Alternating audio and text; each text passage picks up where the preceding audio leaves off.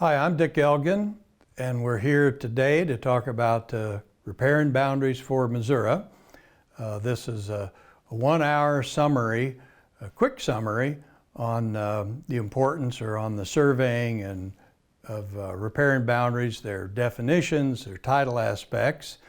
I've worked on riparian boundaries for quite some time. They're an interesting boundary problem. They're not like any other, as we'll see, they're not like any other usual, typical kind of a boundary survey that you do. And so, as a matter of fact, I'm standing here with one of the most famous, fairly recent riparian boundary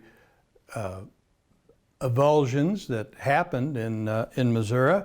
And for you all from up in the Northwest, you'll recognize this as being the Great Avulsion of 1951.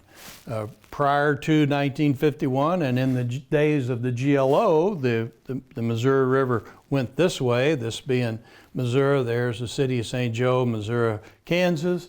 And so in the big flood of 1951 or 52, the Missouri River chopped the channel across here, an avulsion.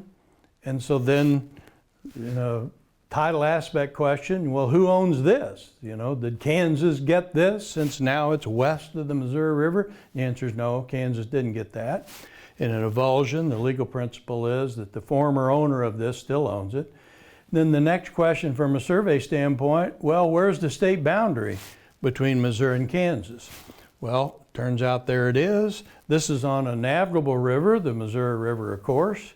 And the rules are that, well, the post-avulsion boundary would be the Thowig, the deepest part of the river, the valleyway of the river at the date of the avulsion.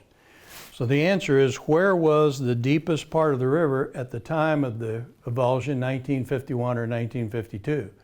Turns out this was surveyed, joint effort of the Missouri Land Survey in the 80s, as I recall. This boundary was surveyed and it was monumented, and they used the Corps' hydrographic surveys of the river as close to the 1951-1952 avulsion as they could get in order to define the boundary. So here's a quick, big example of riparian boundaries and the importance of riparian boundaries. To start, well, let's take a quiz here. Let's see what you know about riparian boundaries. Let's see, one thing I should add here, these rules are pretty state specific. Before we get into this, these rules are pretty state specific. What I'm going to talk about here is going to be applicable in Missouri. Don't do some of this stuff in other states. This is for Missouri. So this quiz is for Missouri. So we'll start off with here, who owns the bed of the river? And I'll give you get one word. The correct answer can be said in one word. So if you can answer this in one word, you'll win the prize. So what's the one word? Who owns the bed of the river? And the answer is, it depends. And it depends on, it turns out, it depends on if the river is navigable or non-navigable. We'll define those terms and we'll talk about that. But if it's navigable, the state owns it. If it's non-navigable, the upland owners own it.